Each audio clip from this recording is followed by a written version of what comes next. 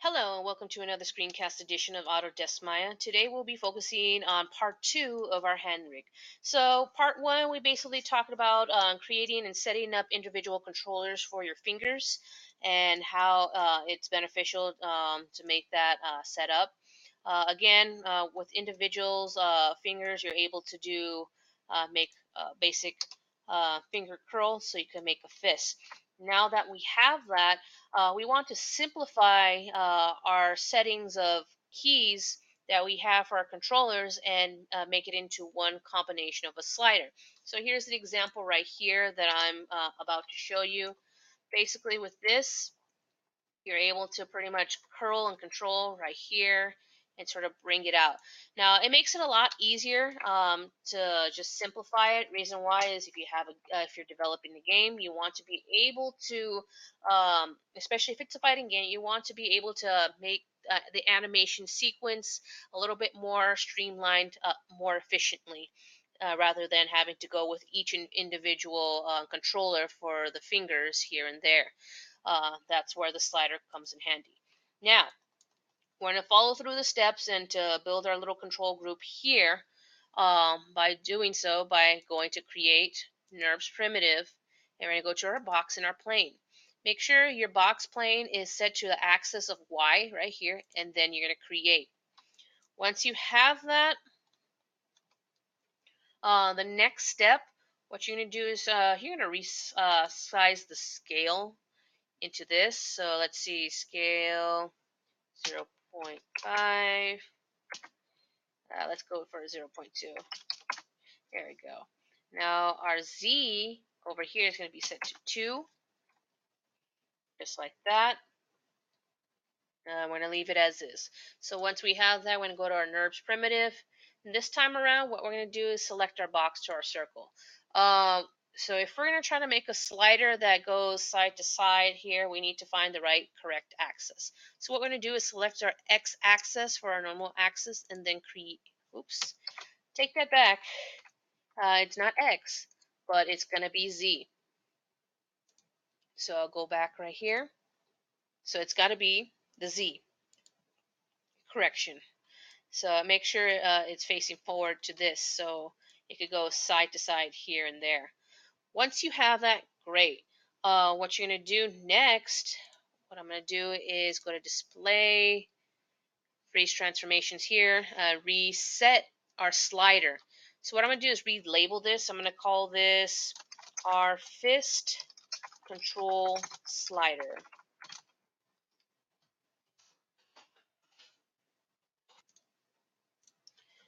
So now that you have that, you're going to have our Fist Control Slider. I'm going to relabel this. I'm going to call this our Fist Control. And there we have it. We got it set.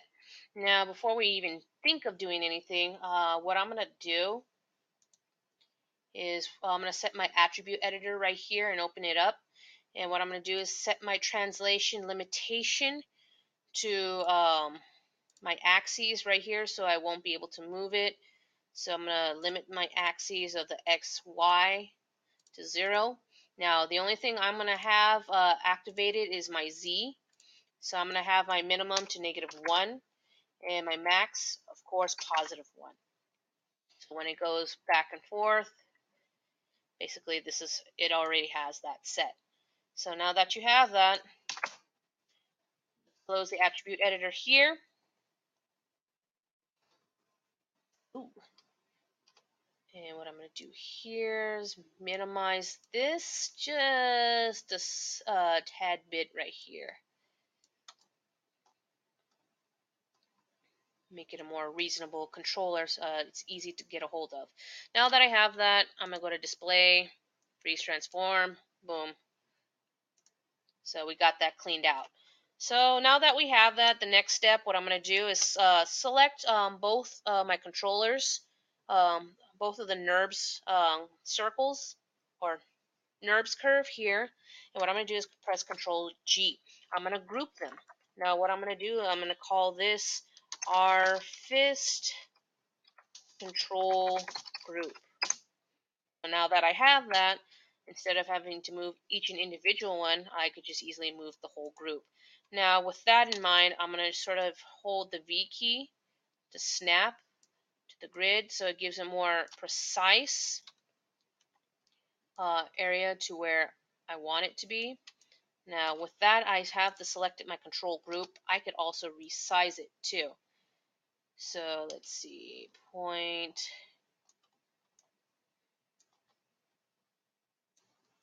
So 0.5, 2.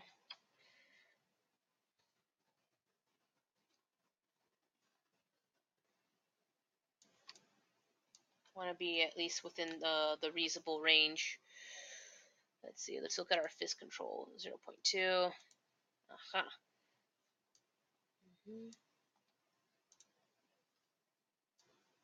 So this is going to be a little off kilter right here. Just a little bit. There we go. That looks reasonable. Now that I have that, this control here.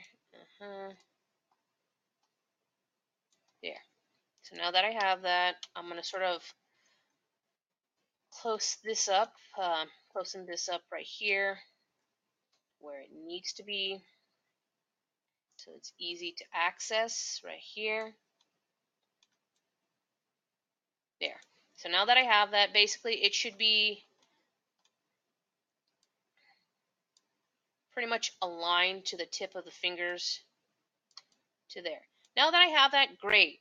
I'm just gonna, before I do anything else, I'm gonna go to my RFIS control slider. I'm gonna go to display, object display, template. Remember, we gotta template our stuff so everything won't be moved. It's gonna remain within that, remain as like that as our little switch. Now that we have that, we have everything in on key. So let's see, -1, +1 right here. So if we remember our settings here, +1, -1.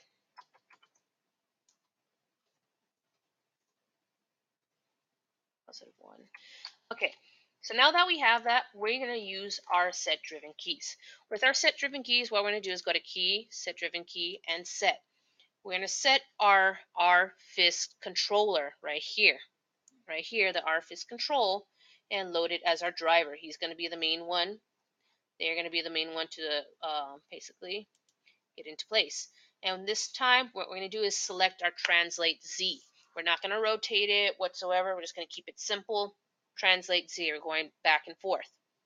Now that we have that, this one is going to be a little bit complicated, so follow through each step. Instead of selecting the controllers, we need to make it separate. So what we're going to do is select the hand joints that we have. That includes the metacarpals within our hand. So what I'm going to do is cascade down my hierarchy right here. And what I'm going to do is cascade all my finger joints that I have from my pointer, my ring, my thumb, and pinky. So we have to cascade all those finger joints here. So this may be a little bit painstaking, difficult. It's very intricate, but it gets the job done. So what I'm going to do is highlight this part. Then I'm going to hold my control button and individually select my others right here.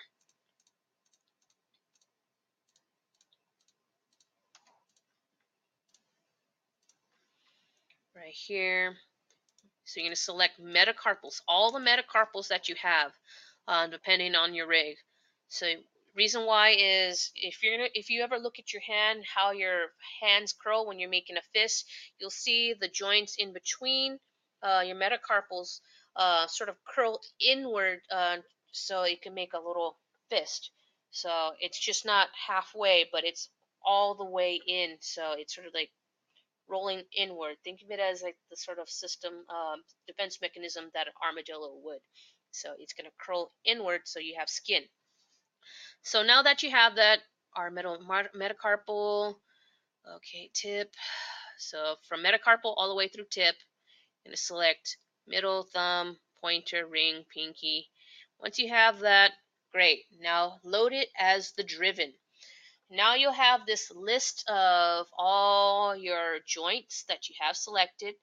This time around, you're going to select them all.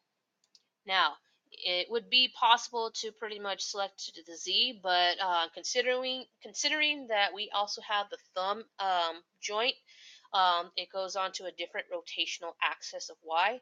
So instead, what we're going to do is select rotate X, Y, Z for safe measure. Again, when you're curling your fist, you're also like pushing inwards within your fingers too. So again, they're closing in and everything else. You don't want to have any space. You want to have like a good closed fist, so you can throw a good your character could throw a good punch. So once you have that fist control, translate Z. All these joints right here, set to X, rotate X, Y, Z. Then key it to your neutral settings. Once you have that, great. It's already has been set. Now, what we're going to do here is move this to +1. What we're going to do is set the keys for all our joints here to be curled. So I'm going to do individually set to here for my knuckle. Use the Z key to sort of curl. Then individually work on the metacarpal too, so you get a proper curling. There we go. There we go. That's good enough. Then I'm going to do the same thing over here.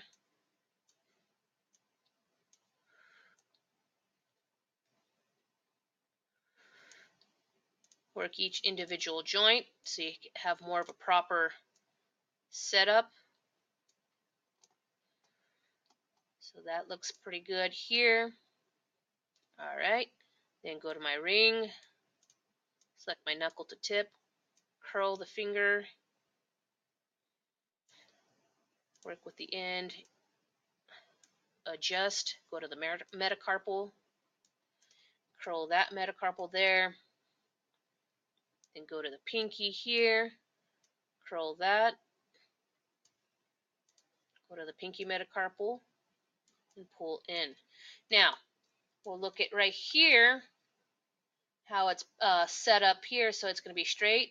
Now with our, let's see, thumb on the other hand, what we're going to do, there you go. We're going to go to our y-axis and curl over there. Now that we have that, let's see, I'm going to use my metacarpal here.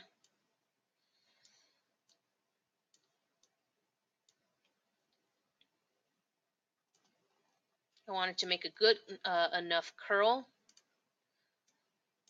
so it's able to sort of hold through, like sort of so make enough good enough curl where pretty much the thumb almost touches to the fingers. If you look at your fist, you know your thumb overlaps to your fingers as is, but because this is a model, we're sort of bound by the model that it was pre-created. So of course proportions may be out of proportion. That's why knowing anatomy is very essential. Now that we have that, reselect all of your joints from here. So once it's highlighted, rotate XYZ, fist control set to translate Z1, key it. Now that you have that, go back to 0. Great. Now it's back to its neutral settings. Now this is not over yet. We need to also set up our also like the spreading out of our hands. So what we're going to do right here, set it up right here to -1. So I'm going to do this again here. This time around, I don't have to worry too much. I'll just use all of them. Select all of them right here. Metacarpal, right here.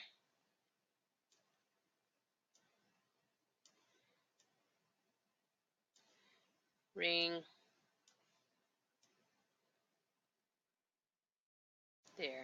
So you want it all spread out. Same thing goes for your thumb too. So got that out. So you want it sort of exaggerated. You do want it exaggerated as much as possible within your rig. Want to give it that ability. Let's see, ring. There. So it's all spread out. Great. Now that you have that, what we're going to do again, check -1.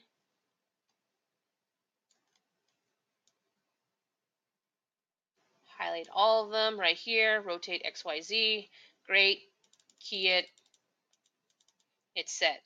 Now when we select this, should be able to pretty much go back and forth as such, like this. So it should be able to flex outward and curl your fist inward. Now, you would think this would be it. Well, it is not. You also have to take consideration of individual key controllers for your finger. Now, even though it's set to our simplistic fist control, you would think with the regular controller it would go back, which in the case, you're dead wrong, unfortunately.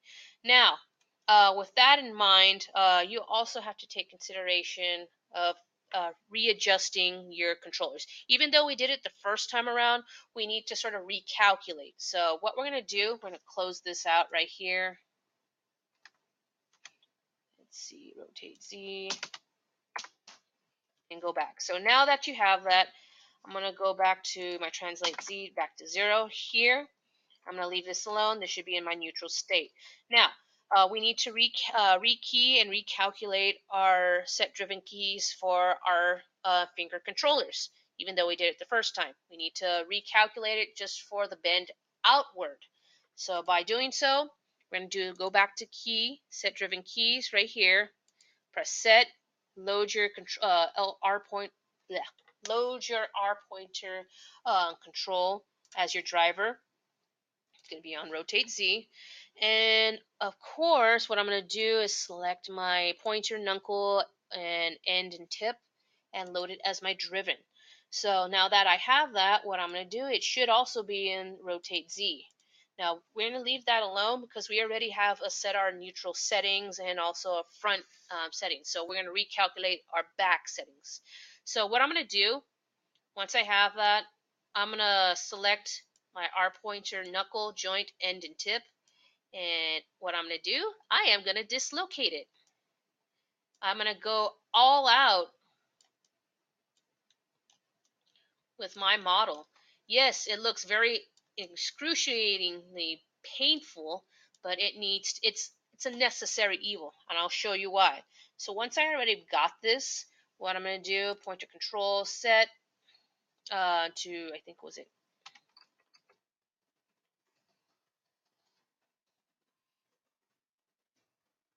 -90. So I'm going to type in -90 right here. Oops. So I'm going to type in -90 right here. Select my joints right here. And I'm going to pretty much pull this out and dislocate my dear little finger right here. Looks painful, yes, but you know what? Once I start keying it, rotate Z, key it. Great.